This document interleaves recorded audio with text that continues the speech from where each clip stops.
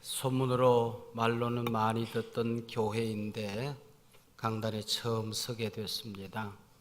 또 제가 사랑하고 좋아하는 분들이 많이 있는 오산 지역이라서 그래서 그런지 첫 시간에 뵙습니다만은 한 분 한 분이 어색하지 않고 시집 식구 얼굴 보는 것 같지 않고 친정 식구 얼굴 보는 것처럼 친근합니다. 첫 시간엔 성령의 사람, 그런 제목으로 우리 함께 말씀의 은혜를 나누려고 하는데요. 얼마 전에 알파고라고 하는 희한한 기계가 하나 들어와 가지고 전 세계에서 바둑을 제일 잘 두는 사람들을 연장으로 이기는 겁니다. 이게 뭘까 그랬는데 이름하여 4차 산업혁명 시대가 열렸다 하는 것을 우리 모두 몸으로 체험했던 그런 경험들이었습니다. 2016년 1월 다보스 포럼에서 회장이 주제 강연을 제4차 산업혁명 시대라는 제목으로 강연을 했습니다. 그리고 지금부터 제4차 산업혁명 시대가 열렸습니다라고 선언을 했는데 빛의 속도로 전 세계가 쫙 지금 달려가고 있습니다. 지금 모든 게 지금 5G가 뭔지 모르지만은 여하튼 현실이 되고 있습니다. 별로 긴 시간이 걸리지 않았습니다. 지금 4년이 채 안 됐는데 3년 갓 지났나요? 이제 우리 4차 산업혁명 시대라고 하는 게 바로 현실이 되어져가는 이런 삶 속에 살아가고 있습니다. 바로 이때에도 교회가 존재할 수 있을까? 우리가 전하는 복음이 효력을 발할 수 있을까? 우리 자녀들에게 과연 기독교 복음이 영향을 미칠 수 있을까? 심히 의무시되는 그런 시대를 우리가 맞이하고 있다, 그렇게 볼 수가 있습니다. 며칠 전에 옥스퍼드 대학이 발표를 했는데요, 10년 내에 500만 개의 직업이 사라진답니다. 그리고 또 다른 500만 개의 직업이 만들어지게 되고 20년이 되면은 현재 우리가 먹고 사는 직업의 70%가 사라진다는 거예요. 지금 우리 자녀들, 우리가 나이가 들어서 우리 자녀들이 살아가는 세상은 도대체 어떤 세상이 될까? 그때쯤 교회는 어떤 교회가 될까? 자목 궁금하기 짝이 없습니다. 우리나라 지난 역사를 돌이켜보면 우리나라 산업 발전에 발자국하고 또 경제 성장하고 기차의 레일처럼 똑같이 달려온 게 우리 교회입니다. 교회가 평안하고 안정이 되었을 때는 나라가 평안했어요. 교회가 부흥되고 성장될 때는 나라의 경제가 부흥되고 성장이 되어졌어요. 어느 것이 먼저인지 알지 못하지만 분명한 것은 쌍둥이처럼 기차 레일처럼 같이 걸어왔다, 그렇게 볼 수가 있습니다. 한국 교회가 어렵다 그러더니 이 나라가 어려워지고 있는 거예요. 그래서 우리가 잘 살아야 된다 하는 거지요. 여러분, 우리나라가 이렇게 지금 집약적인 경험을 하고 있거든요. 서구 사회가 몇백 년간에 걸쳐서 경험하고 있는 걸 우리는 단 몇십 년 동안에 모든 경험을 한꺼번에 하고 있는 겁니다. 우리나라 인구 추이가 어떻게 될 것인가, 이것이 바로 다음 세대 교회학교가 어떻게 될 것인가, 주일학교가 어떻게 될 것인가, 이거는 밀접한 관계가 아니고 이퀄 아닙니까? 이걸 우리가 관심 갖지 않고 시대가 흘러가는 예언적인 통찰력이 없이 우리가 살아갈 수 없는 세상 속에 우리가 산다, 그렇게 볼 수가 있어요. 1차 산업혁명 시대는 농경사회에서 도시사회로 발전해가는 사회였습니다. 2차 산업혁명 시대는 전기철강 산업 시대입니다. 3차 산업혁명 시대는 디지털 시대이거든요. 제4차 산업혁명 시대는 이제 공중에 떠있는 데이터가 자산이 되는 건물 없어도 사람 없어도 지금 데이터를 이용해서 먹고 사는 시대, 바로 그런 기업들만 살아남는 시대가 지금 되고 있는 이상한 지금 사회가 되고 있다. 지금까지 한 번도 우리가 경험해보지 못한 세상이 우리 앞에 쫙 펼쳐지고 있는 겁니다. 서구 사회는 몇백 년 걸렸어요. 근데 저는 어릴 때에 전기가 없는 집에서 살았거든요. 그리고 1차 산업 농경사회 속에서 제가 태어나 살았단 말이에요. 근데 그 어간 동안 지금 한 60년 어간 지내는 어간 동안에 60년 조금 더 살았는데, 이 어간 동안에 1차 산업혁명 시대를 우리가 살았어요. 내가 태어나서 살 때는 전 세계에서 우리나라가 제일 가난했어요. 전 세계에서 인도와 우리나라가 제일 가난했다고요. 근데 지금은 제일 잘 사는 몇 나라 가운데 한 나라가 되었단 말이죠. 여러분, 있을 수 없는 경험을 우리가 지금 하고 있잖아요. 이 짤막한 시간 내에 제가 눈으로 똑똑히 본 겁니다. 1차 산업혁명 시대, 2차 산업혁명 시대, 3차 산업혁명 시대를 우리가 보았어요. 내가 태어날 때 우리 한국교회 그리스도인들이 50만 명 정도 되었습니다. 제가 신학교 간다고 그랬더니 150만이 되더라고요. 신학교 졸업하고 개척하려고 그랬더니 980만, 1000만이 다 되었어요. 여러분, 우리 한국교회가 내가 태어나서 목사가 되고 보니까 20배가 성장이 되더라, 그런 얘기죠. 지난 2000년 선교 역사 속에 없는 일들을 우리는 당연한 듯이 보고 살았단 말이죠. 여러분, 이게 얼마나 어마어마한 경험들입니까? 그리고 1차, 2차 산업, 3차 산업혁명을 우리가 겪으면서 교회 큰일 났다. 이제 물질 문명, 과학 문명 시대에 교회 오는 사람이 없을 거다. 그랬는데 이 어간 동안에 20배의 성장을 우리는 경험하게 된 겁니다. 지난 몇 년을 우리가 살펴보면 우리 교단, 제가 소속한 교단에서는 시대를 통찰하고 우리 교단에 한 9,000개 교회가 좀 더 되는데, 이 9,000 교회가 어떻게 목회할까? 전도는 어떻게 할까? 우리가 목양은 어떻게 할까? 그걸 연구하는 연구기관이 있어요. 그 연구기관의 책임자를 제가 맡고 있는데, 지금부터 4년 전에 제가 우리 역사 속에 앞으로 4년 동안 어떤 소용돌이가 일어나나 연구해 봤더니 짤막한 시간 내에 또 엄청난 소용돌이가 일어나더라고요. 2015년 해방 70년입니다. 분단 70년이에요. 그리고 2017년은 루터의 종교개혁 500주년을 맞이합니다. 그리고 2018년은 남한 정부가 수립되어지고 북한 정부가 수립되어지고 분단이 고차가 된 지 70년이 되는 해란 말이죠. 70년이 어떤 해입니까? 예레미야의 예언에 의하면은, 다니엘의 예언에 의하면은 포로로 끌려갔던 백성이 돌아오는 해잖아요. 근데 우리도 분단 고차가 된 다음에 70년 만에 평화의 소식이 올지도 모르겠다. 그런데 웬걸 2018년을 우리가 기다리는 그 간 동안에 5천년 역사 가운데 가장 큰 위기를 우리는 맞이하고 있었습니다. 북한에서는 하루가 멀다 하고 핵실험, 미국 본토를 공격하고 할 수 있다고 하는 바로 그 미사일, 그리고 미국에서는 화이트 나잇, 오늘 밤이라도 한판 벌리자, 그래가지고는 모든 지금 전투기가 긴장 대기 상태에 있던 그 상황 속에서 2018년을 우리가 맞이하게 된 것입니다. 그러더니 갑자기 평창 올림픽을 계기로 평화의 무드가 만들어졌어요. 70년 만에. 여러분, 평창이라는 도시가 어떤 도시입니까? 전 세계에서 유일하게 분단된 나라가 이 나라 아닙니까? 그리고 강원도라는 도가 전 세계에서 도 하나가 분단된 도는 강원도밖에 없습니다. 지구촌에서 바로 유일하게 분단된 나라 한복판, 분단된 도 한복판 평창에서 평화의 축제가 열려지면서 남북회담, 미북회담, 남북미 회담을 기대하게 만드는 엄청난 소용돌이가 일어나고 있더라, 그런 얘기죠.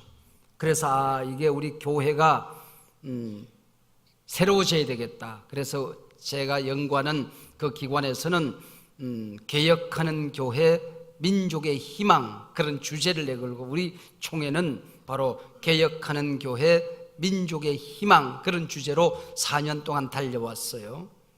그리고 지금 우리가 살고 있는 이 시대를 다시 제가 연구하는 책임자를 우리 교단에서 맡고 있는데, 앞으로는 어떻게 우리가 살아갈까? 시대가 너무 급속하게 달라지니까 이 달라지는 시대를 쫓아가려고 하다가는 아무것도 안 되겠다. 본질로 돌아가자. 바로 하나님이 교회를 세우신 목적, 바로 이 본질로 돌아가자. 그래서 이제 앞으로 4년 동안 우리 제 등 뒤에 떠 있을 거라고 생각됩니다만 여러분의 교회도 복음 그렇게 써있었는데 우리 교단이 앞으로 4년 동안 복음을 주제로 바로 이 복음의 생명을 걸자. 그리고 이제 4년을 가도록 그렇게 지금 결정해 둔 상태입니다. 여러분, 우리나라가 1964년도에 당군 이래에 처음으로 국민소득 100불이 넘었었어요. 참 어렵게 살았던 것 같아요. 당군 이래 처음으로 국민소득 100불이 넘어선 지가 1964년도입니다. 그것도 쥐 잡아서 코리안 밍크를 만들고 여인들이 머리카락 길러서 그걸 잘라서 가발 만들고 그렇게 해서 100불을 우리가 얻었던 겁니다. 그리고 지금 몇 년 안 됐잖아요. 한 60년도 안 됐잖아요. 300배가 성장이 된 겁니다, 여러분. 지구촌에 이런 일이 있을 수 있겠습니까? 여러분, 제가 살아가는 이 어간 동안에 국민소득 300배, 3만 불이 넘었었어요, 작년에. 여러분, 이게 당연한 것 같은데 왜 이런 복을 받았는지, 무엇 때문에 하나님께서 이 나라를 이렇게 축복하셨는지, 뭐 하라고 이런 복을 주셨는지 우리가 알고 살아야 된다, 그 얘기죠. 우리 그리스도인들은 60년 만에 50만 명이 1000만에 달하게 되고, 먹고 사는 국민소득은 100불 소득이 60년 만에 3만 불을 넘어서는 300배가 넘어서는 이 엄청난 일들이 일어나게 됐단 말이죠. 근데 이 서구 사회가 몇백 년에 걸쳐서 경험했던 이 경험을 우리가 집약적인 경험을 하는 사이에, 너무나도 급성장되는 사이에 후유증이 너무 심각해진 겁니다. 우리가 정말 정신 차리지 않으면, 우리가 허리가 끊어지는 기도하지 않으면, 우리가 정신 바짝 차리지 않으면, 우리 믿음의 선진들이 가난했을 때에 정말 겸손하게 엎드렸던 그 구국의 기도가 살아나지 않으면 어쩌면은 이거는 엄청난 위기일 수도 있다고 생각해요. 이 성장의 후유증이 양극화로 지금 치닫고 있습니다.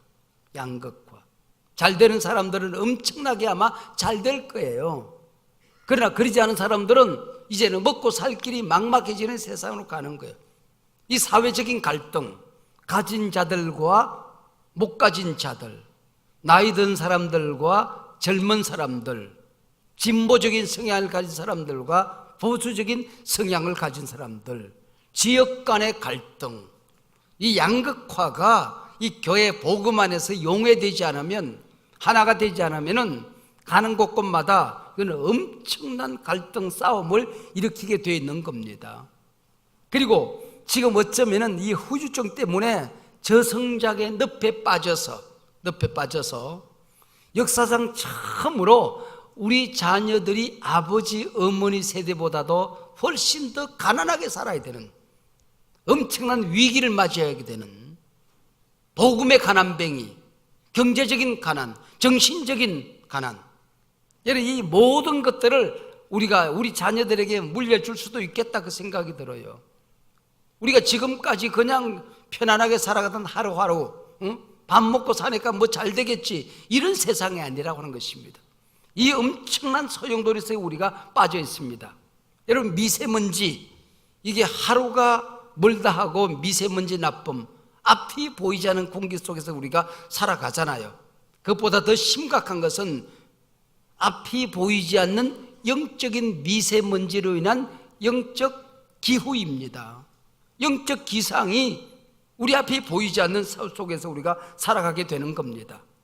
그래서 우리 초대 교회에, 우리 한국 교회 일제강점기, 정말 가난했던 시절, 정말 어려웠던 시절, 온갖 고난을 감당해야 했던 이 시절에 민족의 희망이었던, 우리가 기도하면 구국기도였습니다.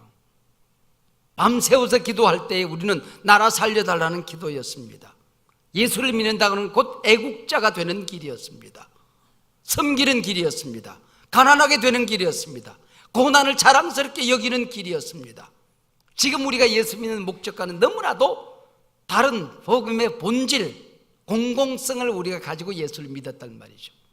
복음의 공적성, 공공성, 공적 복음, 공공신학에 우리는 자연스럽게 우리 체득화되어졌던 그런 복음이었습니다.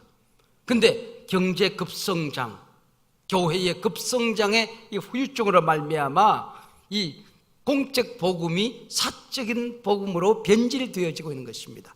이게 이름하여 번영신학이라고 하는 것입니다.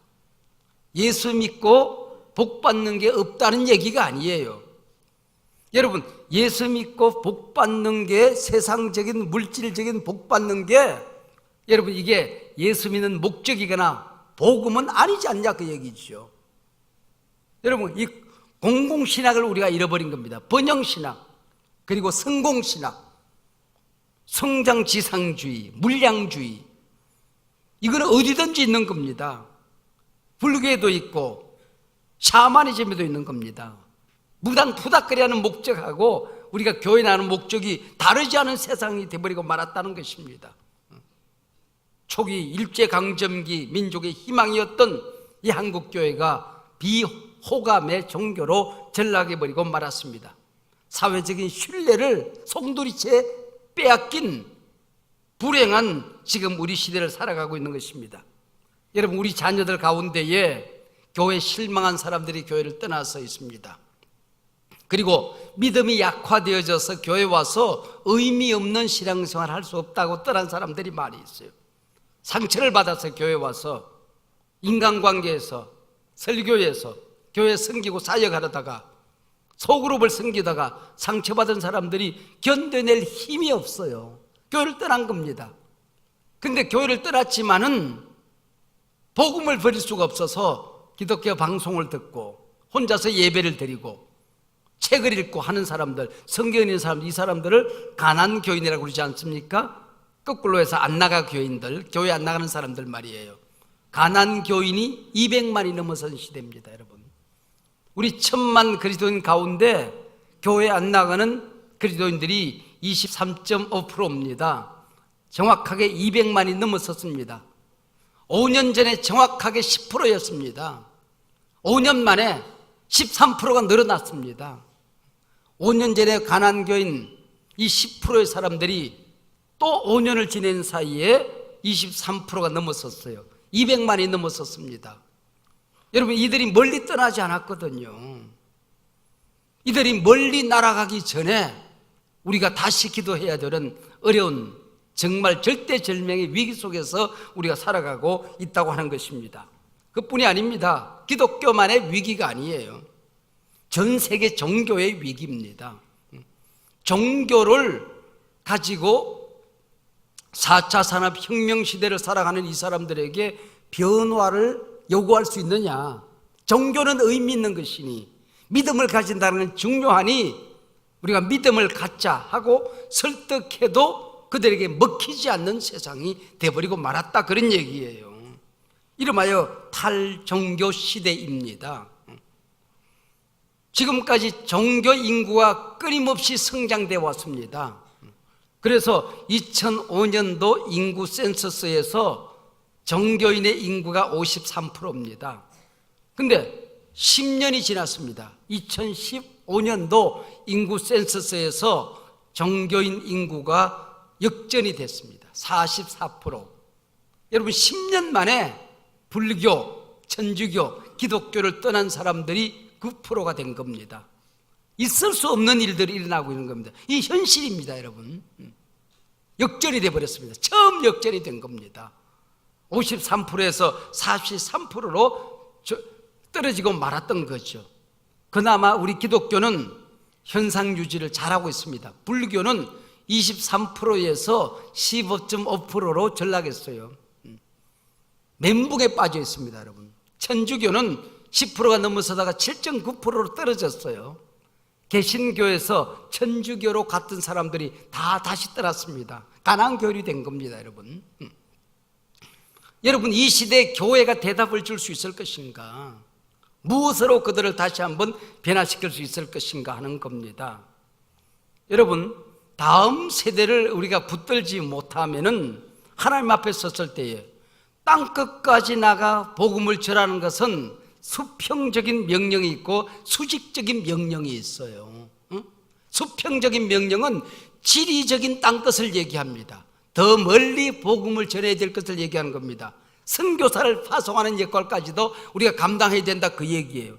땅끝까지 복음을 전하는 수직적인 명령은 내 자녀들을 많이 낳아서 생육하고 번성해서 다음 세대들에게 복음을 전하는 이 명령입니다.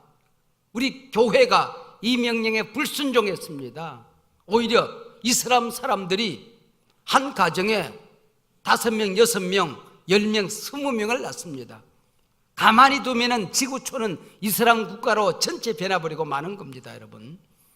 기독교 선진 국가들은 아기를 낳지 않아요. 수직적인 명령에 불순종하고 있다, 그런 얘기죠. 인류 역사상 처음으로 한 나라가 아기가 태어나는 출산율 0%를 만든 국가가 이 나라 아닙니까? 인류 역사상 없는 지금 통계가 만들어진 것입니다. 0.98%, 98명 아닙니까, 여러분? 여러분, 그게 지금 우리나라가 돼버리고 만 겁니다. 그래서 시니어 인구가 2000년도에 7%가 넘어서다가 작년에 14%가 넘어서서 고령화 사회가, 고령사회가 돼버렸어요. 이게 중위수라고 하는 게 있는데요. 중위수라는 것은 우리 5,300만입니다. 우리 국민이 지금 5,300만 명을 일렬로 쭉 세워서 제일 가운데 지금 끼어 있는 2,515 다섯 번째 사람을 뽑아내면 42살입니다. 지금 42살. 여러분, 42세 되신 분들은 중위수에 해당되는 겁니다. 근데 2050년도가 되면은 전 세계에서 우리나라가 가장 고령 국가가 되어가지고, 초고령 국가가 되어가지고 중위수가 얼마가 되는지 아십니까? 그때는 4,500만 정도 됩니다. 4,700만 정도 정확하게 보는데 4,700만 명을 일렬로 쫙 세워놓으면 중위수가 58세입니다. 여러분, 58세. 그런 나라가 이 나라가 되는 거예요. 이런 나라가 되는 거예요, 여러분들.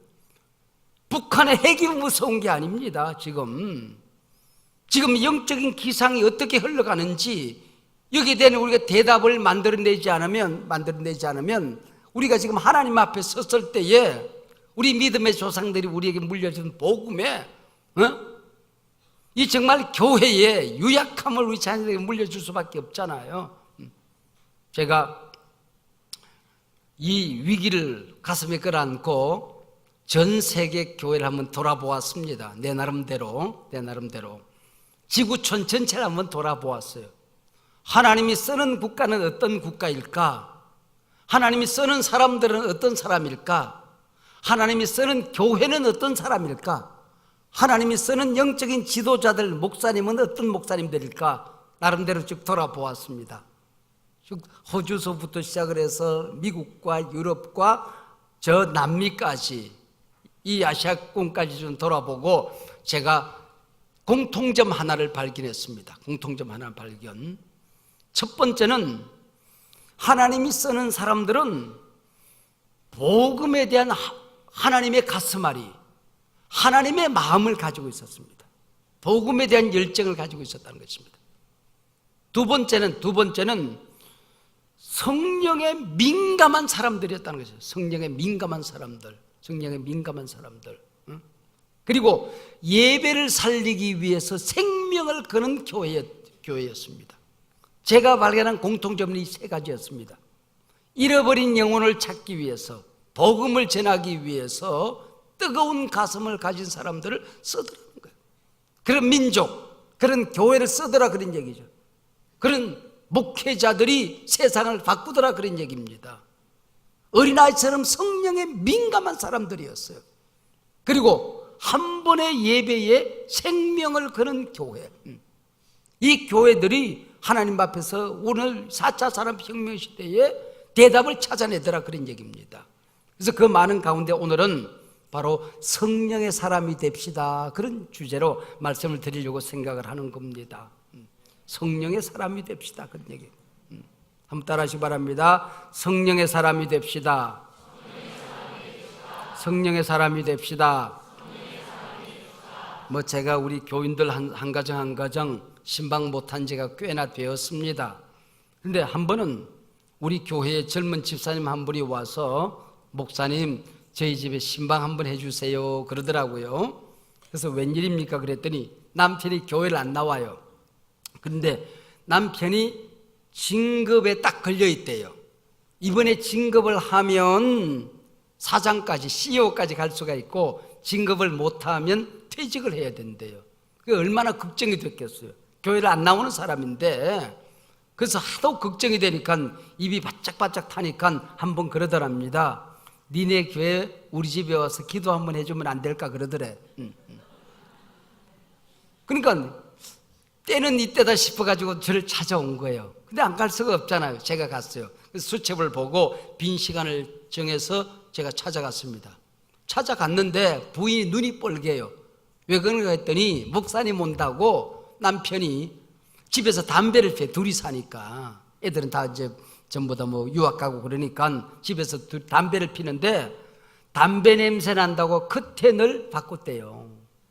그리고 벽지를 바꿨다는 거예요. 벽지를. 거실에 양주 진열장이 있었다네. 그래가지고 그게 이제 외국에 나가면은 꼭 선물을 양주를 가지고 온대요. 그래서 양주가 한 병에 수백만 원짜리도 있대요. 근데 목사님 신방 온다고 그걸 다 어디다 채운지 다 치웠대. 거기다가 책 몇 권 꽂아놓고 보지도 않는 거. 상패도 몇 개 갖다 놓고 그랬어요. 저 위에 계신 주님과 그 주님이 있으면 헷갈린다고. 내 가슴이 뜨거워지더라고요. 이 철없는 이 남자가, 교회가 뭔지도 모르는 이 남자가 목사님을 모셨다고, 목사님 온다고 커튼을 바꿔 끼웠대요. 냄새 난다고. 벽지를 바꿨대요.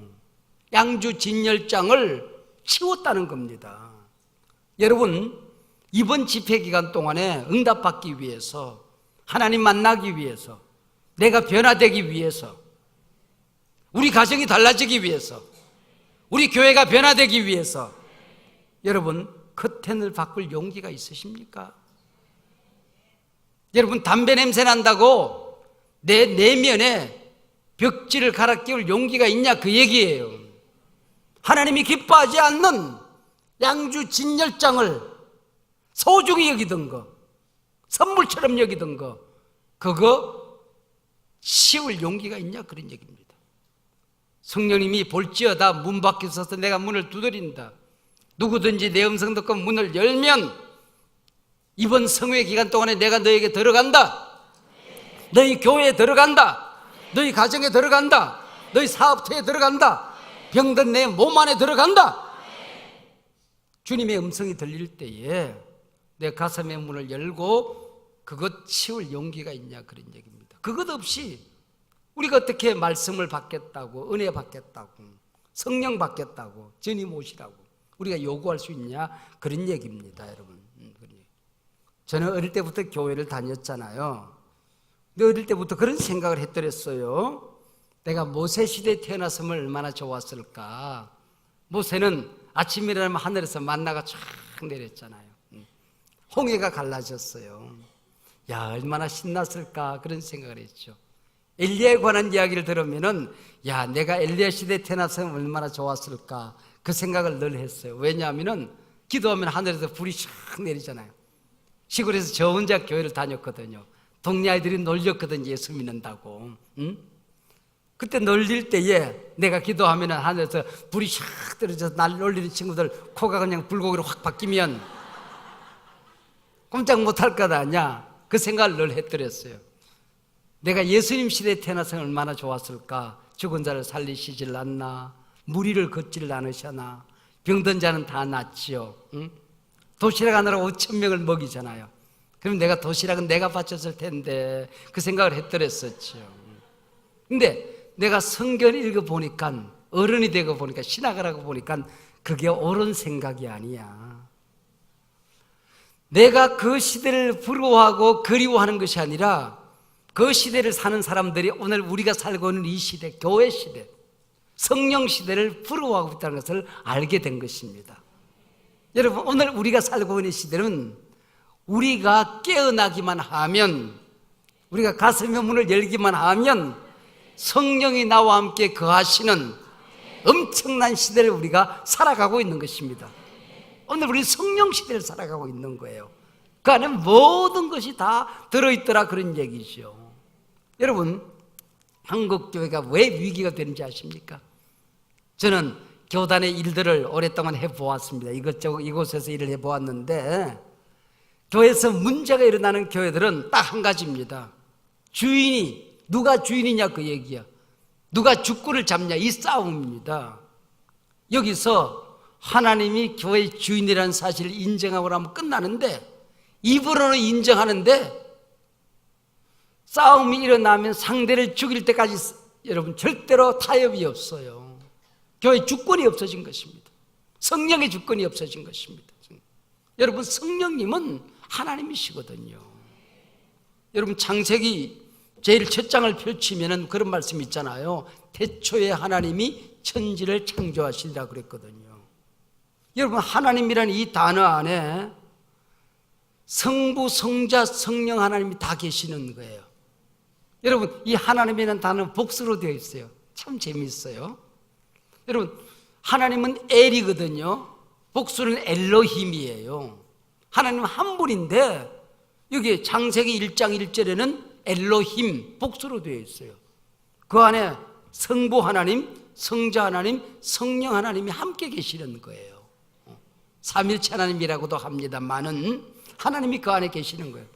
그 다음에 어떤 말씀이 나와요? 모든 성경의 1절 다음에는 2절이 나옵니다.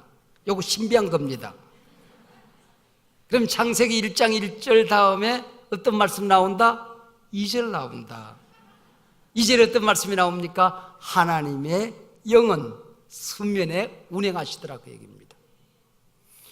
하나님이라는 이 하나님 엘로힘이라는 단어가 장은 복수형이거든요. 장은 복수형이 뭐냐면은 하나님이 존재하는 양식이, 하나님이 나를 사랑하는 그 사랑의 양이, 하나님이 오늘 밤에 우리에게 주시는 은혜의 그 값이, 하나님이 나를 위하여 베푸시는 그 엄청난 선물이 너무 커서, 너무 어마어마해서, 하나님의 용서가 너무 커서, 하나님의 은혜가 너무 엄청나서 인간이 가진 언어, 인간이 가진 문자로 표현할 수 없을 때에 히브리 문학에서는 장은 복수형을 씁니다. 여러분, 이런 하나님을 만나시기 바랍니다. 이런 하나님이 우리 아버지십니다. 이런 하나님이 우리의 주님이 되신다고요. 그 장은 복수형 하나님에서 성령 하나님이 2절에서 빠져나와요. 성령 하나님이 나온단 말이죠. 그래서 성령 하나님은 창세기 1장 1절에도 나오고 1장 2절에도 나오고 천지를 창조하는 모든 과정에서 나오신다고 하는 것입니다. 내가 성령을 붙들어서 한번 휘두르 보는 게 아니에요. 성령을 붙들어서 내 병을 고치고 사업을 한번 번창하고 교회를 부흥시키고 온갖 선물을 받고 그게 아니고, 내가 성령을 붙드는 것이 아니고 성령이 우리의 주인이십니다. 교회의 주인이십니다. 내 사업의 주인이십니다. 내 가정의 주인이십니다. 내 자녀의 주인이십니다. 내 남편의 주인입니다. 기도하면 하나님이 역사하신다고요. 성령이 역사하신다고요. 이걸 우리가 받아들여야 되는 것입니다. 성령이 우리가 주인이라는 사실을 우리가 받아들여야 한국교회가 다시 한번 성령의 주권을 인정하지 않고는 거듭날 수 있는 길이 없다, 그런 얘기입니다. 성령이 오셔서 무슨 일을 하실까요? 무슨 일을 하실까요? 마지막 날에 그 흔히 보면 자녀들은 예언할 것이요 청년들은 환상을 보고 아비들은 꿈을 꾸리라 주의 영이 임하면, 그러죠? 성령이 오면 꿈이 없던 아이들이, 철없는 아이들이 자기 인생에 대해서 예언을 하는 거예요. 살아서 뭐해가 아니고 이 아이들이 자기 인생에 긍정적인 예언을 하는 거예요. 자녀들은 예언할 것이요, 청년들이 해일 조선 어떻고, 모든 것이 이제는 M4 세대 아닙니까? 연애 포기, 결혼 포기, 직장 포기, 자녀 낳는 거 포기, 집 가지는 거 포기, 희망 포기, 모든 것을 포기한 세대를 M4 세대라고 해요. 무한정 포기입니다. 그 N이 뭔지 아십니까? 생명의 의미가 없다, 그 얘기예요. 살아서 뭐해, 그 얘기예요. 죽는 것도 무섭지 않은 아이들이 요즘 아이들입니다, 여러분들. 얼마나 두려운 세상이 지금 되고 있는 것입니까? 이 아이들이 환상을 본단 말이에요. 제4차 산업혁명 시대에 공중에 떠다니는 이 데이터의 환상이 이 아이들에게 내려지게 되는 것입니다. 가문을 바꾸는 아이들이, 한국교회를 바꾸는 아이들이, 민족의 미래를 바꾸는 아이들이, 세계를 뒤집는 아이들이 나온단 말이에요. 성령이 임하시게 되면 대답은 이거밖에 없는 것입니다. 교회 대답은 이겁니다. 내 아이들에게 유일한 대답은 성령을 그들이 받는 것입니다. 여러분, 시니어들이 한국계 부흥 세대 아닙니까? 이 베이비 부모 세대들이 엄청나게 6.25 이후에 태어나면서 한국계 부흥을 가져왔어요. 이분들이 교회학교 다닐 때에, 주일학교 다닐 때 주일학교 부흥을 가져왔습니다. 이분들이 대학 시절에 청년부의 부흥을 가져온 겁니다. 그 자녀들이 에코 세대라고 해요. 메아리 세대입니다. 이 베이비 부모 세대의 자녀들이 또 많이 태어났어요. 근데 그 자녀의 자녀가 이젠 태어나지 않는 겁니다, 여러분들. 근데 이 나이가 들면서 이제는 늙어서 이렇게 있다가 그냥 조용히 가면 되지 뭐, 그게 아니라는 것입니다. 이 시니어들이 성령을 받게 되면 아비들이 꿈을 꾸리라. 할렐루야. 교회를 일으킨 이 세대들이여, 성령을 받고 다시 일어날지어다. 쓰러지고 넘어진 한국교회를 다시 일으킬지어다. 여러분들이 다시 일어나야 되는 것입니다.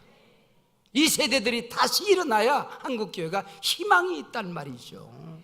아비들이 꿈을 꾸리라 그랬습니다. 그래서 우리가 이 사람들이 꿈을 꾸는 길이, 여러분, 성령이 우리에게 임하게 되면 우리 속에 이 지금 위기 시대를 바라보면서, 이제는 위기란 말이 식상하리만큼 많이 들었습니다. 이 시대에 성령이 내 안에서 탄식을 하기 시작합니다. 탄식을 해요. 이 성령의 탄식과 함께 내 영이 탄식을 하기 시작합니다. 우는 사람들이 일어나기 시작하는 것입니다. 가슴을 치는 사람들이 일어나기 시작하는 거예요. 이대로는 안 되겠다. 내가 달라져야 된다. 내가 변화해야 된다. 우리 가정이 달라야 된다. 내가 내 자식 하나 변화시켜야 된다. 내 손주 하나 축복하고 내가 인생을 마쳐야지 하는 그 환상과 꿈을 보게 된다는 것입니다. 꿈을 본다는 것은 여러분, 청년들이 해당되는 게 아니에요. 이 시니어들이 다시 일어나는 겁니다. 아비들이 꿈을 꾸리라. 할렐루야. 할렐루야.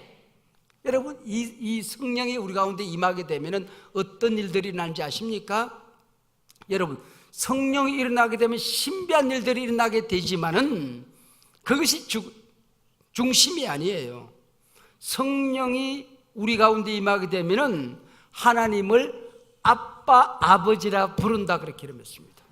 성령이 임하게 되면은 예수를 그리스도라고 시인하게 된다고 그랬습니다. 이게 성령이 임한 증거입니다. 여러분, 예수가 여러분의 구세주임이 믿어지십니까? 주님이 믿어지십니까? 하나님 여러분 아버지임이 믿어지십니까? 그런데 우리 속에 하나님이 우리 아버지요 예수님이 구세주라고 한다면은 이 주권이 내 생명, 내 비전, 우리 가정, 내 기도, 우리 교회, 우리 당회, 이게 작동이 돼야 되는데 이게 작동이 되지 않는 것입니다.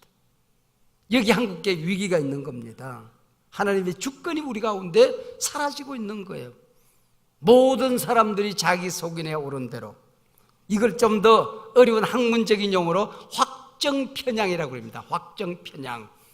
집에 가서 확정편향이 뭔지 한번 찾아보세요. 확정편향이라고.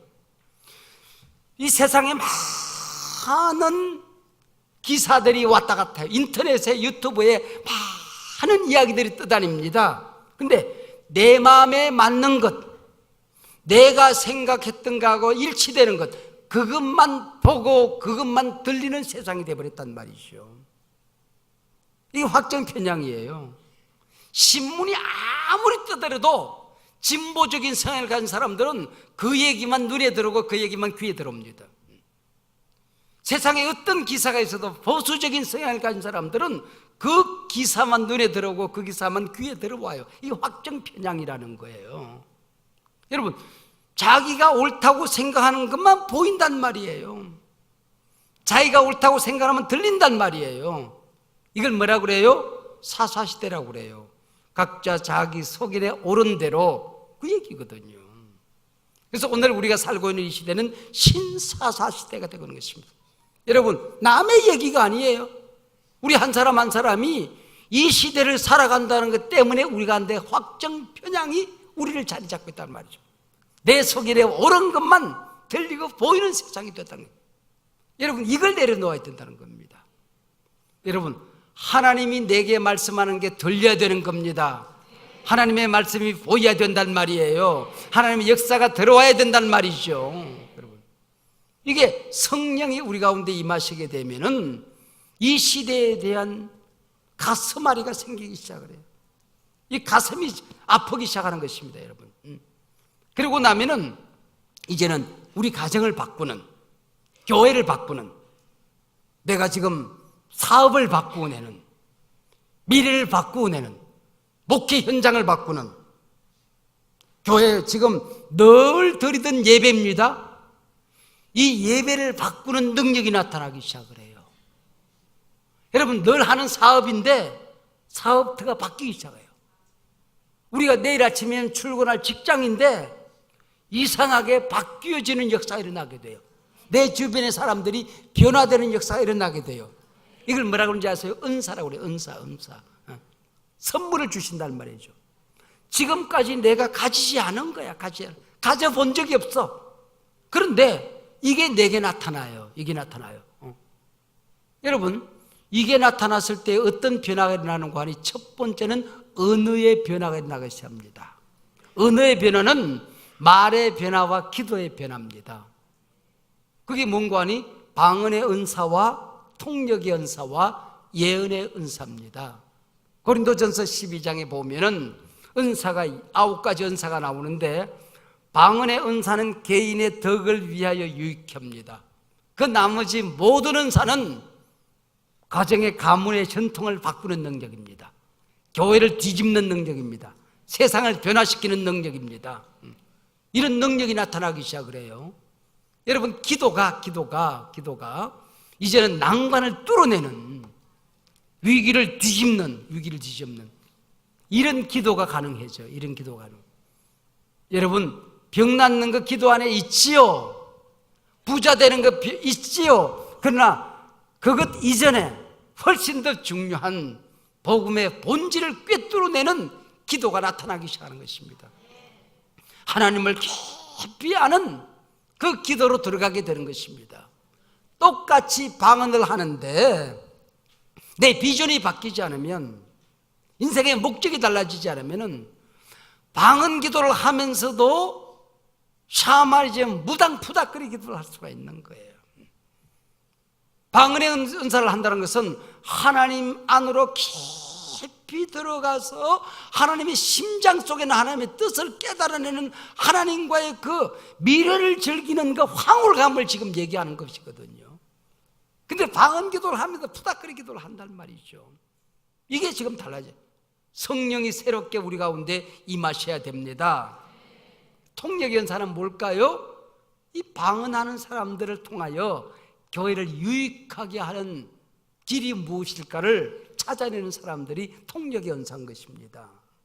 은사 받은 사람들을 통하여 죽은 교회를 살리는 겁니다. 죽은 사역을 살려내는 겁니다. 낙심하고 절망하고 좌절한 내 아이를 살려내는 겁니다. 교회에 넘어진 세대를 이렇게 세우는 것입니다. 신의 세대를 격려하는 겁니다. 다음 세대를 일으키는 겁니다. 예언이 뭐예요? 예언이 뭐예요? 점쟁이 연사입니까? 예언이 미래를 알아맞추는 겁니까? 여러분, 그게 아니에요. 고린도전서 14장 3절에 보면 예언은 한번 따라서 덕을 세우며 권면하며 위로하느니라. 이게 예언이에요. 덕을 세우는 게 뭡니까? 넘어진 거 일으키는 게 덕을 세우는 겁니다. 죽은 거 살리는 게 덕을 세우는 겁니다. 여러분, 예언의 은사를 받고 나면 내 언어가 내가 하는 말인데 성령님이 하는 말과 같아져요. 성경에 있는 말과 같아져요. 하나님이 하시는 말씀의 능력이 내 입을 통하여 나타나게 되는 것입니다. 그래서 우리 아이들이 시험을 치고 왔어요. 근데 이 아이가 배가 고팠던지 선생님이 빵 먹으라 하고 젓가락 2개 걸쳐놨어요. 근데 예언의 은사를 받은 엄마는 이 아이를 살려내는 거예요. 덕으로.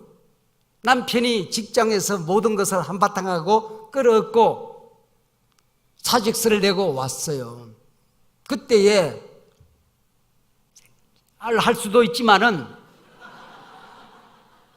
남편을 격려하고 당신이 얼마나 힘들었으면 우리 둘이 손을 합쳐서 뭐 새로운 일 한번 해보자 이러고 절망하고 좌절한 남편을 살려내는 거예요. 시어머니와 만나 온 아내를 이렇게 세우는 은혜로운 말이 내 입에서 나오는 거예요. 절망하고 좌절하는 목사님을 이렇게 세우는 겁니다. 우리 찬양대와 교회학교 교사들과 교회 모든 사역을 감당하다가 상처받은 사람을 이렇게 세우는 능력이 나타나는 거예요. 그게 예언이에요. 시대가 잘못된 길로 걸어갈 때에 그 시대를 바른 길로 인도하는 능력을 말하는 것입니다. 물이 잘못 흘러갈 때에 제 길을 찾게 하는 능력을 말하는 거예요. 개인도 마찬가지입니다. 그 사람이 걸어가는 길이 잘못됐을 때에 예언의 은사를 받은 사람이 말 한마디 하면 그 사람이 바른 길로 돌아오는 그 권면이에요.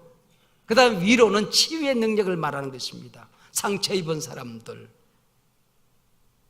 여러분 영적인 무력감에 빠져서 상처 입은 사람들, 내 속에 내면적인 상처로 가시가 얼기설기 얽혀있는 사람들, 하는 일마다 안 되고 절망하고 좌절해서 사업 현장에서 직장 일선에서 상처받은 사람들, 인간관계에 꼬이고 얽히고 갈등으로 치닫는 사람들, 이 모든 사람들, 이제는 더 이상 살고 싶지 않은 사람들, 이 사람들을 치료하는 능력이 바로 이 예언의 위로에 담겨져 있는 내용입니다.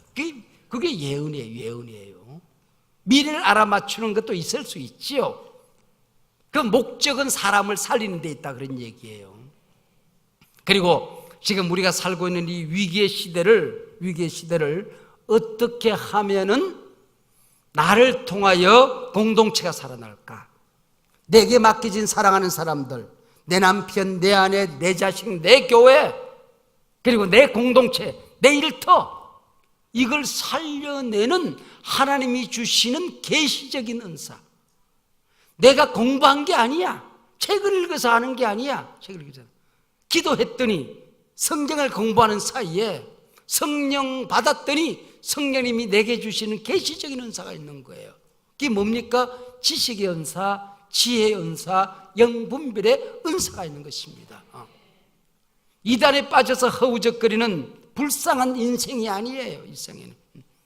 여러분, 역사가 지금 어떻게 흘러가는지, 내가 지금 어떤 말을 해야 되는지, 어떤 결단을 해야 되는지, 어떤 사람을 만나야 되는지, 교회에서 이 말을 하고 저 말을 하지 말아야 되는지, 이걸 분별하는 능력이 바로 지혜의 은사예요. 영분별의 은사예요.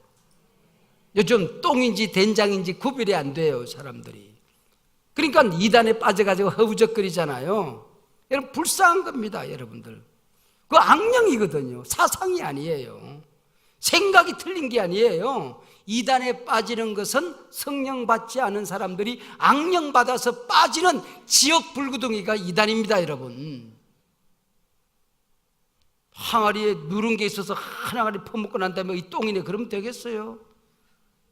여러분, 이단에 빠지지 않는 것입니다.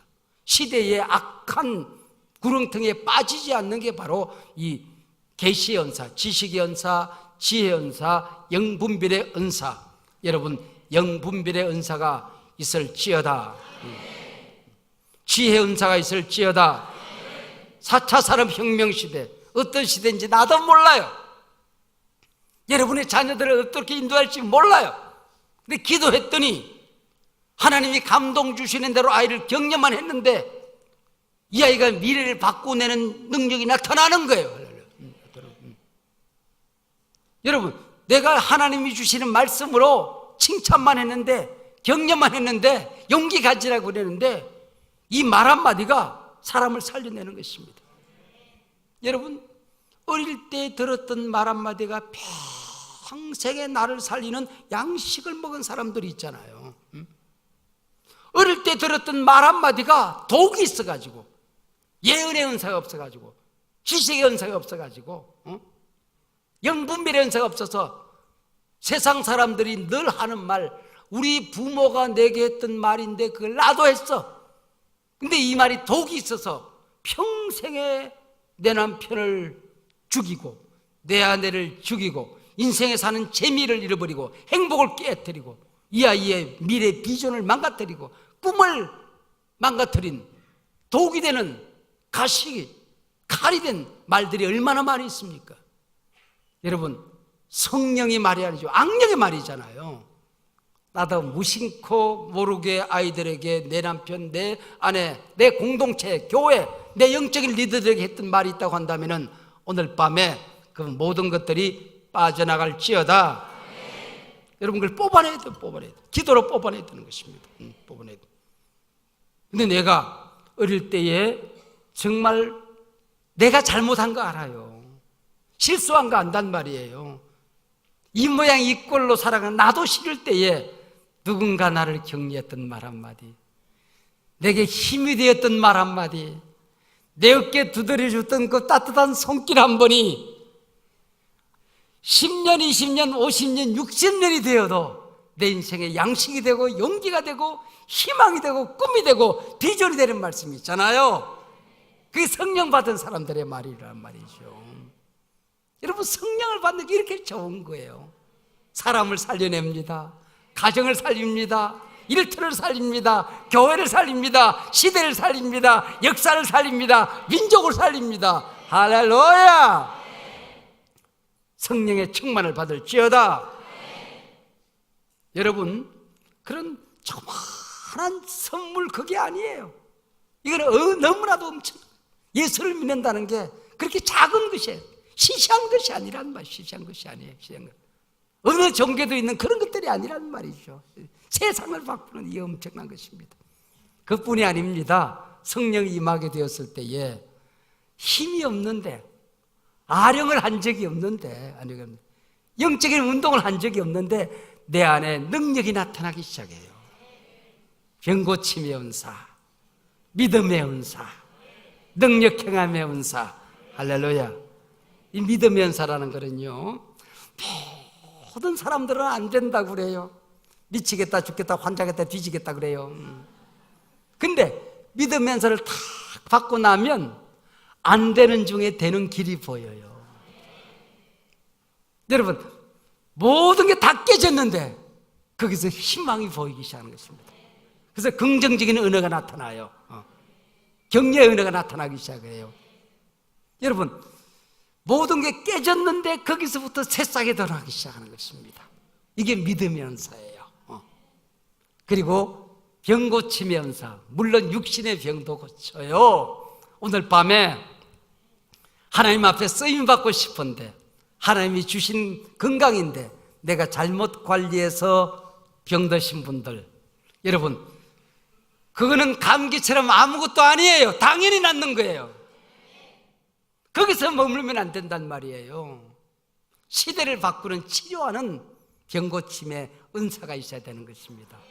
깨진 공동체를 일으키는 능력이 있어야 되는 것입니다. 무력감에 빠진, 영적인 유약함에 빠진 사람을 치료하는 능력이 있어야 되는 것입니다. 용서하지 못하는 마음들, 가시가 된 마음들, 상처로 얼룩진 심령들, 절망, 좌절, 낙심, 걱정, 근심으로 꽉 차 있는 사람들, 여러분의 말 한마디가, 기도 한 번이 치료하는 능력으로 나타나게 되는 것입니다. 할렐루야. 이 병고침의 은사예요. 이게 우리 성경이 말하는 병고침의 은사는 홀리스틱, 총체적인 은사를 말하는 것입니다. 통전적인 은사를 말하는 것입니다, 여러분들. 그 다음에 능력 행하는 은사는 기적을 행하는 은사예요. 기적을 행하는 은사예요, 여러분. 예수 믿고 기도할 때에 여러분 기적이 일어납니까? 세상에 기적이 많고 많지만은 나 같은 인간이 예수 믿고 구원받은 기적보다도 더 큰 기적이 어디 있겠습니까? 지옥에서 영원히 멸망받을 내가 하나님의 자녀가 되고 천국 백성이 된 것보다도 더 큰 기적이 어디 있습니까? 내가 변화되었으면 이것보다 더 큰 기적이 없는 건데, 여러분 하나님 안에서 다른 사람들을 변화시키는 기적을 행하게 되는 것입니다. 내가 해보지 않은, 심지 않은 곳에서 열매를 보고 짓지 않은 곳에서 살아보는 능력을 경험하게 되는 것입니다. 안 되던 사업이 됩니다. 여러분 초라한 가문에서 여러분 기독교 명가문의 비전이 일어나게 되는 것입니다. 손을 얹은 적 병든 자가 낫게 됩니다. 귀신이 물러가게 되는 것입니다. 낙심이 사라지게 되는 것입니다. 부정적인 요소가 사라지게 되는 것입니다. 교회 갈등이 사라지게 되는 것입니다. 나를 반대하던 사람들이 동지가 되는 것입니다. 에서와 야곱이 만나서 동지가 되는 겁니다. 형제가 되는 겁니다. 동지가 되고 내 축복이 되는 것입니다. 여러분들, 내 원수가 변화되는 역사가 일어나게 되는 것입니다. 내가 변화되었듯이 그들이 바뀌는 역사가 일어나게 되는 것입니다. 예수 믿고 기도했는데 한 번도 기적을 본 적이 없다. 그거는 기적입니다. 여러분, 내가 예수 믿었는데, 내 안에 예수님이 계시는데, 우주 만물을 만드신 하나님이 나와 함께 계시는데, 내가 하는 모든 말에 성령이 보증이 되시는데 내 삶 속에 기적이 일어나지 않는다? 여러분, 그게 기적이라니까. 여러분, 성령 받으면 여러분의 영적인 변화뿐만 아니라 여러분의 가문의 변화, 여러분의 생업 터전의 변화가 일어나게 되는 것입니다. 사업을 하는 목적이 달라지면 사업에 기적이 일어납니다. 내 자녀를 양육하는 비전이 달라지면 내 아이의 생애가 달라지는 겁니다. 공부 열심히 해라, 학원 가라가 아니라도 비전을 심어주고 나면은 그 아이에게 성령이 임하게 되면은 그 아이가 수금을 켤 때에, 바이올을 켤 때에 거기 성령이 임하고 귀신이 물러가는 다윗의 하프의 기적이 일어나게 되는 것입니다. 여러분, 이게 성경에만 있는 얘기만 되게 말이 되겠습니까, 여러분? 성경에 있는 모든 일들이 내가 진실로 진실로 너희에게 이르노니 나를 믿는 자는 내가 했던 일을 그도 행할 것이요 그보다 더 큰 일도 하리라. 할렐루야. 하나님이 문자 속에 있는 하나님이 아니잖아요. 페프가 문자 속에 있는 하나님이 아니라 이 하나님은 살아계신 하나님이십니다. 여러분과 함께 하시는 하나님이십니다. 예수님 부활하셨습니다. 무덤의 문은 열려졌습니다. 지금도 살아계십니다. 내 안에 살아계십니다. 우리 안에 살아계십니다. 여러분, 이런 엄청난 존재가 나라는 자라는 존재, 왜 그렇게 시시하게 사냔 말이에요. 돈 좀 잃어버렸다고 그렇게 낙심하면 되겠습니까? 병들었다고 모든 걸 포기한 사람이면 되겠습니까? 여러분, 조금 뭔가 잃어버렸다고 여러분 세상 모든 게 끝난 것처럼 살면 되겠습니까? 내 안에 하나님이 계시는데. 여러분, 작은 것 잃어버리고 모든 것을 잃어버리는 어리석은 삶을 살지 마십시오. 시시한 것 잃어버리고 큰 것을 붙드는 우리가 되시길 바랍니다. 하나님이 나와 함께 계시는데, 이게 성령의 사람이에요. 성령의 사람이에요. 내가 성령을 붙들어서 시시한 조그마한 사적인 뭔가 얻어내는 것이 아니라 여러분, 역사를 바꾸는 능력이, 시대를 바꾸는 능력이, 정말 내가 알지 못하는 이 4차 산업혁명 시대의 새로운 문이 열리는 것을 여러분을 통하여, 여러분의 기도를 통하여, 여러분의 자녀들을 통하여 펼쳐지게 될 줄로 믿습니다. 여러분의 교회를 통하여 그런 인물들이, 그런 자녀들이 여러분 구름대처럼 일어나게 될 줄로 믿습니다. 이 오산 지역에서 이 연합된 기도를 통하여 여러분 시대를 바꾸는 인물들이 일어나기를 주의 이름으로 축복합니다. 축원합니다. 기도하시겠습니다. 하나님